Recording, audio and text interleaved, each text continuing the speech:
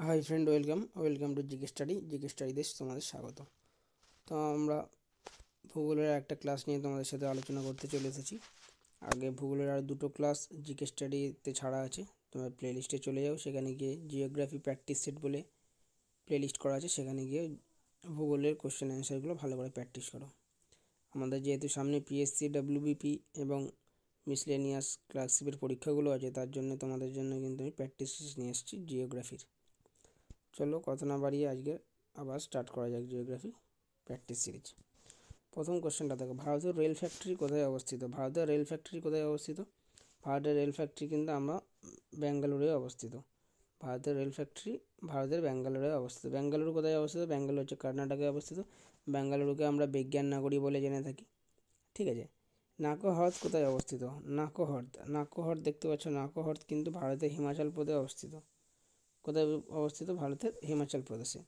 দুটি ভূমি এলাকার মধ্যে সরু জলপ্রণালীকে কী বলা হয়? দুটি ভূমি, ঠিক আছে, তার মাঝখানে যে সরু জলপ্রণালী, সেই জলপ্রণালীকে বলা হয় স্ট্রেট। কী বলা হয়?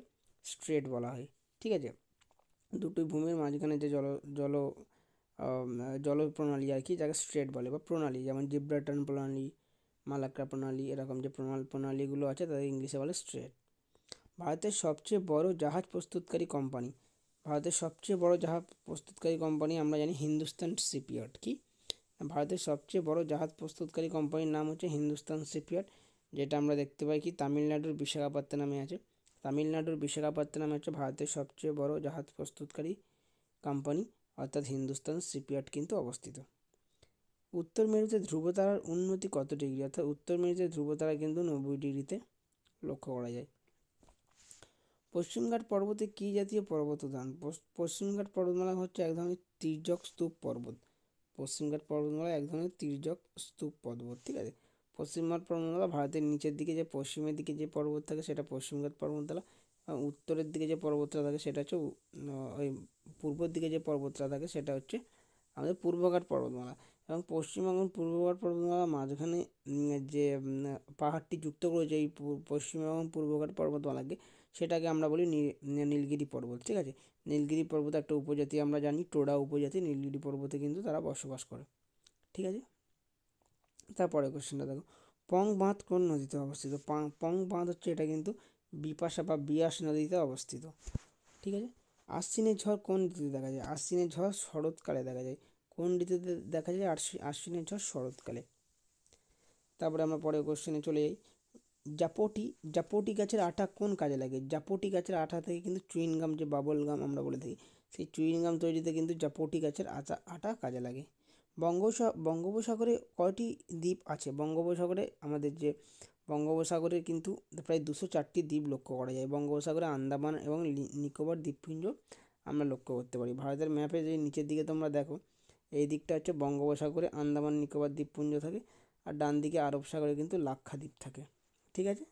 ডান দিকে আরব সাগরে লাক্ষাদ্বীপ থাকে এবং বাম দিকে কিন্তু আমাদের বঙ্গোপসাগর, সেখানে কিন্তু আমরা দেখতে পাই কি না, আন্দামান নিকোবর দ্বীপপুঞ্জ। আগের দিনের ক্লাসে আমরা একটা করেছিলাম, আন্দামান নিকোবর দ্বীপপুঞ্জ হায়েস্ট পিকের নাম কি? হায়েস্ট পিকের নাম কিন্তু হচ্ছে স্যাডেল পিক। Saddle pick.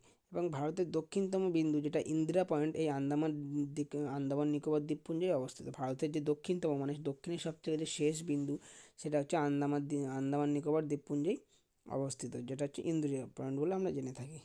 ভারতবর্ষে মোট কটি দ্বীপ আছে? ভারতবর্ষে মোট দ্বীপ আছে কিন্তু 247টি। ঠিক আছে। তার মধ্যে 204টি হচ্ছে আন্দামান নিকোবর দ্বীপপুঞ্জ, আর কিছু দ্বীপ আছে লাক্ষাদ্বীপ, এবং আমাদের যে সুন্দরবন বা আরও অন্যান্য এলাকায় মুম্বাইও কিছু দ্বীপ আছে। সব দ্বীপ মিলিয়ে ভারতে কিন্তু মোট 247টি দ্বীপ আমরা লক্ষ্য করতে পারি। পূর্বঘাট পর্বতমালার অপর নাম কি? পূর্বঘাট পর্বতমালার অপর নাম হচ্ছে মলয়াদ্রি এবং পশ্চিমঘাট পর্বতমালার অপর নাম হচ্ছে সহ্যাদ্রি। তাহলে মনে রাখবে, পূর্ব দিকে যে অর্থাৎ পূর্বঘাট পর্বতমালা হচ্ছে মলয়াদ্রি এবং পশ্চিমঘাট পর্বতমালাকে আমরা বলছি সহ্যাদ্রি। রাজস্থানের সমান্তরাল বালিয়াড়ির মধ্যে যে লম্বা হ্রদ থাকে তাকে বলে ধান।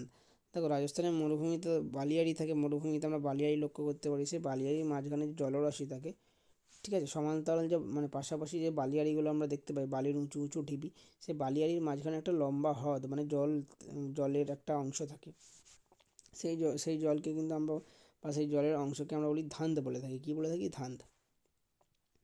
তুঙ্গাভদ্রা প্রকল্পটি কোন রাজ্যে অবস্থিত? দেখো তুঙ্গাভদ্রা নদী আমরা জানি কর্ণাটকে অবস্থিত। তো এই তুঙ্গাভদ্রা নদী এটা কর্ণাটকে অবস্থিত। তুঙ্গাভদ্রার ওপরে কিন্তু তুঙ্গাভদ্রা নদীর ওপরে এই তুঙ্গাভদ্রা বাঁধটি তৈরি করা হয়েছে। ক্রান্তীয় চিরহরিৎ কোন রাজ্যে নেই? ক্রান্তীয় চিরহরিৎ নেই কিন্তু হচ্ছে আমাদের হিমাচল প্রদেশে। হিমাচল প্রদেশে কিন্তু ক্রান্তীয় চিরহরিৎ বনভূমি বা উদ্ভিদের প্রাধান্য নেই। পরের কোশ্চেনে আমরা চলে যাই, পশ্চিমঘাট পর্বতমালার সর্বোচ্চ শৃঙ্গের নাম কি? এখানে দিয়েছে কোদাইকানাল। পশ্চিমঘাট পর্বতমালার সর্বোচ্চ শৃঙ্গের নাম দিয়েছে কোদাইকানাল, কিন্তু আমি যতদূর আমরা জানি আনাইমুদি বা আনাইমালাই রেঞ্জের আনাইমুদি হচ্ছে কিন্তু পশ্চিমঘাট পর্বতের সর্বোচ্চ শৃঙ্গ। ঠিক আছে, ভারতের ক্ষেপণাস্ত্র পরীক্ষা কেন্দ্রটি কোন উপকূলে আছে? ভারতের ক্ষেপণাস্ত্র মানে যেখান থেকে রকেট মিসাইল বা রকেট টেস্টিং করা হয়, এই যে ক্ষেপণাস্ত্র বা পরীক্ষা কেন্দ্রটি আছে কিন্তু ভারতের পূর্ব উপকূলে, মানে ভারতের যে পূর্ব উপকূল মানে যে আমাদের উড়িষ্যা পড়ছে, মানে ভারতের পূর্ব দিকে উপকূল বরাবর যে রাজ্যগুলো আছে উড়িষ্যা, তামিলনাড়ু, তারপরে অন্ধ্রপ্রদেশ। তো এই যে পূর্ব উপকূল বরাবর যে রাজ্যগুলো পড়ছে, পূর্ব উপকূলে কিন্তু ক্ষেপণাস্ত্র পরীক্ষা কেন্দ্রগুলো আছে। যেমন আমাদের ইসরো একটা কেরালাতে ব্রাঞ্চ আছে, একটা কর্ণাটকের ব্রাঞ্চ আছে, তামিলনাড়ুতে। তো এটা হচ্ছে কি পূর্ব উপকূল বরাবর অবস্থিত। সুবর্ণশিরি ও ধানসিরি কোন নদীর উপনদী? Very very important. সুবর্ণশিরি এবং ধানসিরি কিন্তু ব্রহ্মপুত্রের উপনদী, ভেরি ভেরি ইম্পর্টেন্ট। সুবর্ণশিরি এবং ধানসিরি হচ্ছে ব্রহ্মপুত্র নদীর উপনদী। ঠিক আছে, তারপরে দেখো গঙ্গার ডান তীরের উপনদীর নাম কি? গঙ্গার একটি ডান তীরের উপনদী মানে গঙ্গা নদীর ডান দিকে যে তীরের উপনদী তাকে আমরা বলে থাকি সোন। কি উপনদী? সোন। আচ্ছা, উপনদী আর শাখা নদীর মধ্যে অনেকের কনফিউশন আছে। উপনদী মানে যখন একটা মেন প্রধান নদী থেকে সাইড থেকে যখন এসে একটা নদী মেশে তাকে আমরা বলে থাকি উপনদী। ঠিক আছে, সাইড থেকে যখন একটা নদী এসে মেন নদীতে মেশে তাকে আমরা উপনদী বলি। আর শাখা নদী মানে একটা মেন নদী থেকে যখন আমরা সাইড থেকে একটা নদী বেরিয়ে যায় সেটাকে আমরা বলি শাখা নদী। দুটোর মধ্যে কিন্তু কেউ কনফিউশন করবে না। উপনদী মানে যে নদী এসে মেন প্রধান নদীতে মেশে সেটা হচ্ছে উপনদী, আর যে প্রধান নদী থেকে যে নদীটা বেরিয়ে যায় সেটা হচ্ছে কিন্তু শাখা নদী। ঠিক আছে, প্যাংগং হ্রদ কোথায় আছে? প্যাংগং হ্রদ আছে কিন্তু আমাদের লাদাখে। প্যাংগং হ্রদ আমাদের কোথায় অবস্থিত? প্যাংগং হ্রদ কিন্তু আমাদের লাদাখে অবস্থিত। জাতীয় বননীতি কত খ্রিস্টাব্দে গৃহীত হয়? জাতীয় বননীতি হচ্ছে গৃহীত হয় কিন্তু 1952 সালে। কত সালে জাতীয় বননীতি গৃহীত হয়? জাতীয় বননীতি গৃহীত হয় কিন্তু 1952। পডসল মৃত্তিকা কোন অঞ্চলে দেখা যায়? এগুলো কিন্তু খুব ইম্পর্টেন্ট কোশ্চেন এবং বিভিন্ন ইয়ার্সে বিভিন্ন প্রিভিয়াস ইয়ার্সে কিন্তু এই কোশ্চেনগুলো এসছে। ঠিক আছে, পডসল মৃত্তিকা কিন্তু পাহাড়ি এলাকায় আমরা এই পডসল মৃত্তিকা দেখতে পাই, যেমন হচ্ছে পশ্চিম হিমালয়ের পশ্চিম হিমালয়ের পূর্ব হিমালয়। আমরা হিমালয়কে যদি ভাগ করি পশ্চিমের দিকে যে অংশগুলো পড়বে অর্থাৎ লাদাখ, জম্মু কাশ্মীর বা এই যে পশ্চিম হিমালয়, এই অংশকে আমরা বলে থাকি কিন্তু হচ্ছে কি এখানে যে পডসল মৃত্তিকা দেখা যায়। ঠিক আছে, পরের কোশ্চেনে আমরা চলে যাবো। দেখো কোন বন্দর থেকে সর্বাধিক চা রপ্তানি হয়? ভারতের কোন বন্দর থেকে সর্বাধিক চা রপ্তানি হয়? দেখো ভারতের সবথেকে বেশি চা রপ্তানি হয় কলকাতা বন্দর থেকে। দেখো কলকাতা বন্দর থেকে চা রপ্তানি হওয়ার একটা প্রধান কারণ হচ্ছে আমাদের দার্জিলিং যে চা বিখ্যাত, এই দার্জিলিংয়ের চা কিন্তু ট্রান্সপোর্ট করার জন্য আমাদের কলকাতাতে আসে। সে কলকাতা বন্দর থেকে কিন্তু ভারতের মধ্যে সর্বাধিক চা বিদেশে কী হয়? এক্সপোর্ট হয় বা রপ্তানি হয়। মাউন্ট এভারেস্টের সরকারি নাম কি? মাউন্ট এভারেস্টের কিন্তু সরকারি নাম হচ্ছে PXV। ঠিক আছে, PXV মানে P15। মাউন্ট এভারেস্টের সরকারি নাম হচ্ছে PXV। টিম্বা কি? টিম্বা কিন্তু এক ধরনের বালির পাহাড়কে আমরা টিম্বা বলে জেনে থাকি। এক ধরনের বালির পাহাড়কে আমরা বলি টিম্বা বলে জেনে থাকি। উড়িষ্যা রাজ্যের স্টেট অ্যানিমালের নাম কি? Very very important. উড়িষ্যা রাজ্যের স্টেট অ্যানিমালের নাম হচ্ছে কিন্তু সম্বর হরিণ। সম্বর হরিণের কিন্তু উড়িষ্যা রাজ্যের স্টেট অ্যানিমাল। ঠিক আছে, এবং এই হরিণটা খুবই বিখ্যাত। উড়িষ্যা রাজ্যের state animal. National remote sensing agency কোথায় অবস্থিত? ন্যাশনাল রিমোট সেন্সিং এজেন্সি কিন্তু কি না হচ্ছে হায়দ্রাবাদে অবস্থিত। হায়দ্রাবাদে অবস্থিত। ভারতের দুটি অন্তর্বাহিনী নদীর নাম কি? মাহি ও Luni. Very very important, top important question. ভারতের দুটি অন্তর্বাহিনী নদী মানে যে নদী উৎপত্তির পরে আর মোহনাতে কোনো সমুদ্রে গিয়ে না মিশে কোথাও শেষ হয়ে যায়, সমুদ্রে মেশে না। যে নদী একটা টাইম পরে গিয়ে সমুদ্রে মিশতে পারে না, ঠিক আছে, উৎপত্তির ফলে মাঝে কোথাও গিয়ে শেষ হয়ে যায়। ঠিক আছে, যেটা আমরা মরুভূমি এলাকায় দেখতে পাই, যেমন রাজস্থানের লুনি, মাহি। এই লুনি এবং মাহি কিন্তু হচ্ছে অন্তর্বাহিনী নদী। Very very important question. পরের কোশ্চেন তোমরা দেখতে পারো, টোডা উপজাতি ভারতের কোথায় অবস্থিত? এক্ষুনি বলছিলাম টোডা উপজাতি কিন্তু ভারতের নীলগিরি পর্বতে অবস্থিত। কোথায়? নীলগিরি পর্বত। নীলগিরি পর্বত হচ্ছে পশ্চিমঘাট পর্বতমালা এবং পূর্বঘাট পর্বতমালাকে একে অপরের সাথে কিন্তু কানেক্টেড করে রেখেছে, একে অপরের সাথে সংযুক্ত করেছে। তো নীলগিরি পর্বতমালা কিন্তু ভারতের টোডা উপজাতি দেখা যায়। তারপরে কোশ্চেন দেখো, রামেশ্বর মন্দির কোন রাজ্যে অবস্থিত? রামেশ্বর মন্দির হচ্ছে আমাদের তামিলনাড়ুতে অবস্থিত। কোথায়? তামিলনাড়ুতে অবস্থিত। খাদার বলতে এবং ভাঙার বলতে কি, দুটো ভেরি ভেরি ইম্পর্টেন্ট একসাথে দেওয়া আছে। খাদার মানে হচ্ছে নবীন পলি মাটি, যে নদী দ্বারা যে মাটি বয়ে নিয়ে আসে, সেখানে যদি নতুন পলি মাটি যেটা সঞ্চিত হয় সেটাকে আমরা বলি খাদার। আর ভাঙ্গার মানে যেটা হচ্ছে প্রাচীন পলি মাটি, মানে যে পলি মাটিটা অনেক দিন বা অনেক বছর ধরে সঞ্চয় হতে হতে এখন অনেকটা কী হয় না, পুরনো হয়ে গেছে, সেটাকে আমরা বলে থাকি কিন্তু প্রাচীন পলি মাটি। তাহলে খাদার মানে হচ্ছে নবীন পলি মাটি, আর ভাঙ্গার মানে হচ্ছে কিন্তু প্রাচীন পলি মাটি, বা ভাগার মানে হচ্ছে প্রাচীন পলি মাটি। এটা কিন্তু ইম্পর্টেন্ট কোশ্চেন আছে। তিস্তা কোন হিমবাহ থেকে উৎপন্ন হয়েছে? তিস্তা হচ্ছে আমাদের তিস্তা নদী পশ্চিমবঙ্গে, এটা কিন্তু জেমু গ্লেসিয়ার বা জেমু হিমবাহ থেকে কিন্তু উৎপন্ন হয়েছে। ছোটনাগপুর মালভূমি কী জাতীয় মালভূমি? ছোটনাগপুর মালভূমি হচ্ছে এক ধরনের ব্যবিচ্ছিন্ন মালভূমি। কি এক ধরনের ব্যবিচ্ছিন্ন মালভূমি? ব্যবিচ্ছিন্ন মালভূমি মানে হচ্ছে যে মালভূমিটা কিন্তু পুরোপুরি কন্টিনিউয়াসভাবে কিন্তু বিস্তৃত নয়, মাঝে মাঝে ডিস্ট্র্যাক্ট হয়ে গেছে। যে মালভূমিটা মাঝে মাঝে কিন্তু কী হয়ে গেছে না, ছাড় বা ডিস্ট্র্যাক্ট হয়ে গেছে, সেই ধরনের মালভূমিকে আমরা বলবো কি, ব্যবিচ্ছিন্ন মালভূমি। তো এই যে ছোটনাগপুর মালভূমি কিন্তু এক ধরনের হচ্ছে ব্যবিচ্ছিন্ন মালভূমি। তারপরে কোশ্চেনে আমরা যাই, কোন মেঘে বৃষ্টি হয়? কোন মেঘে বৃষ্টি হয়? দেখো, মেঘ তো অনেক ধরনের হয়, 3-4 প্রকারের মেঘ হয়, তার মধ্যে কিউমুলোনিম্বাস যে মেঘের অনেক রকম প্রকারভেদ বা ধরন আছে, তার মধ্যে কিউমুলোনিম্বাস যে মেঘ, এই ধরনের মেঘ থেকে কিন্তু প্রচুর পরিমাণে বৃষ্টি হয়। এই ধরনের মেঘেতে কিন্তু প্রচুর পরিমাণে বৃষ্টি হয়, সব সব ধরনের মেঘ থেকে কিন্তু বৃষ্টি হয় না। তাহলে কি কি কি কোশ্চেনটা কী হলো তাহলে? তাহলে কিউমুলোনিম্বাস মেঘ থেকে কিন্তু আমাদের বৃষ্টিপাত হয়। পরের কোশ্চেনে আমরা চলে যাই, ভাষার ভিত্তিতে রাজ্যের পুনর্গঠন কোন বছর হয়েছিল? আমাদের ভারতের স্বাধীনতা হওয়ার পরে যখন রাজ্যগুলোকে পুনর্গঠন করা হয়, ঠিক আছে, মানে ভালো করে সাজানো হয়। আমাদের এখন যে আমাদের ভারতে যতগুলো রাজ্য আছে, কিন্তু যখন আমাদের স্বাধীনতা লাভ করি আমরা 15ই আগস্ট 1947 সালে, কিন্তু তখন এত রাজ্য ছিল না, তখন বড় বড় রাজ্য ছিল, ঠিক আছে। সেই রাজ্যকে পুনর্গঠন করার প্রক্রিয়া যখন চালু হয়, প্রথম প্রক্রিয়া চালু হয় কিন্তু ভাষার ভিত্তিতে, মানে ভাষা অনুযায়ী রাজ্য পুনর্গঠন স্টার্ট হয়, ভাষার উপরে জোর দিয়ে। তো 1956 সালে প্রথম কিন্তু অন্ধ্রপ্রদেশ ভাষার ভিত্তিতে তৈরি করা হয়েছিল। অন্ধ্রপ্রদেশ কিন্তু প্রথম ভাষার ভিত্তিতে কি না, অন্ধ্রপ্রদেশ রাজ্যটি তৈরি করা ছিল। তাহলে ভাষার ভিত্তিতে প্রথম রাজ্য আমরা বলতে পারি কিন্তু অন্ধ্রপ্রদেশ। পরের কোশ্চেনে আমরা চলে যাই, সিকিম কোন বছর ভারতের অঙ্গরাজ্য হিসাবে পরিণত হয়? সিকিম আমাদের তো সিকিম আমাদের স্টেটে আমাদের ইন্ডিয়াতে ছিল না। সিকিম পরবর্তীকালে কিন্তু আমাদের ভারতের সাথে যুক্ত হয়েছে, সেটা হয়ে যাবে কিন্তু 1975 সালে। দুটোই ভেরি ইম্পর্টেন্ট কোশ্চেন আছে। রাজ্য পুনর্গঠন 1956 সালে হয়েছিল, এবং প্রথম যে রাজ্যটি গঠন হয়েছিল সেটা হচ্ছে অন্ধ্রপ্রদেশ। আর সিকিম ভারতের সঙ্গে যুক্ত হয়েছিল 1975 সালে। পরে কোশ্চেন দেখো, ভারতের বৃহত্তম রাজ্য। ভারতের বৃহত্তম রাজ্য কি? আমাদের রাজস্থান। রাজস্থানে আমাদের কি মরুভূমি আছে? থর মরুভূমি। এই থর মরুভূমির কিন্তু 85% আমাদের ইন্ডিয়াতে অবস্থিত, আর 15% পাকিস্তানে অবস্থিত, ঠিক আছে। তাহলে ভারতের বৃহত্তম রাজ্য হচ্ছে কি না, হচ্ছে রাজস্থান। আর সবথেকে যদি বলে জনসংখ্যা অনুযায়ী সবথেকে বৃহত্তম রাজ্য, মানে জনসংখ্যা সবথেকে বেশি, সেটা হয়ে যাবে কিন্তু ইউপি। আর জনঘনত্ব বললে হয়ে যাবে বিহার, ঠিক আছে। এগুলো একটু তোমরা নোট করে নেবে। এমনি এরিয়ার দিক থেকে সবথেকে বড় রাজ্য রাজস্থান, কিন্তু যদি বলে জনসংখ্যার দিক থেকে সবচেয়ে বড় ইউপি, এবং জনঘনত্বের দিক থেকে সবথেকে বড় রাজ্য বিহার, ঠিক আছে। তো স্মলেস্ট স্টেট মানে ভারতের সবথেকে ছোট রাজ্য তাহলে কী হবে? গোয়া। তাহলে এরিয়ার দিক থেকে সবথেকে বড় রাজ্য রাজস্থান, আর এরিয়ার দিক থেকে সবথেকে ছোট রাজ্য গোয়া, ঠিক আছে। চলে যাই আমাদের পরের কোশ্চেনে।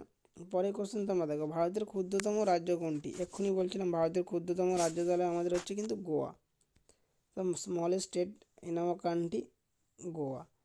ভারতে গোয়াতে একটা জলপ্রপাত আছে, যেটা খুবই বিখ্যাত জলপ্রপাত, দুধসাগর জলপ্রপাত, ঠিক আছে, যেটা হচ্ছে মান্ডোভি নদীর ওপরে অবস্থিত। গোয়াতে মান্ডোভি নদীর ওপরে দুধসাগর জলপ্রপাত ইজ ভেরি ভেরি ইম্পর্ট্যান্ট এবং খুব বিখ্যাত। এটা তোমরা অনেক সিনেমাতে এই জলপ্রপাত বা এই ওয়াটারফলসটার তোমরা সিন দেখতে পাবে।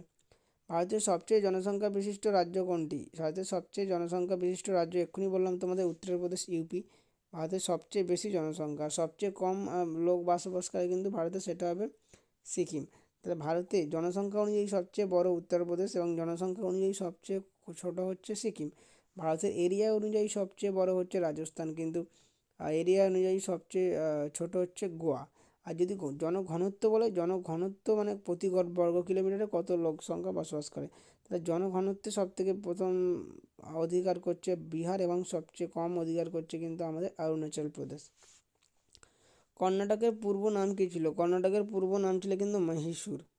কর্ণাটকের পূর্ব নাম মহীশূর। ভারতের সবচেয়ে কম জনসংখ্যা বিশিষ্ট রাজ্য, এক্ষুনি দেখো কোশ্চেনটা, ভারতের বললাম তোমাদের, ভারতের সবচেয়ে কম জনসংখ্যা বিশিষ্ট রাজ্য হচ্ছে কিন্তু সিকিম। সিকিমের রাজধানীর নাম কি? সিকিমের রাজধানীর নাম কিন্তু গ্যাংটক। ঠিক আছে। জজিলা পাস বা জজিলা গিরিপথ কোন দুটি স্থানের মধ্যে সংযোগ স্থাপন করে?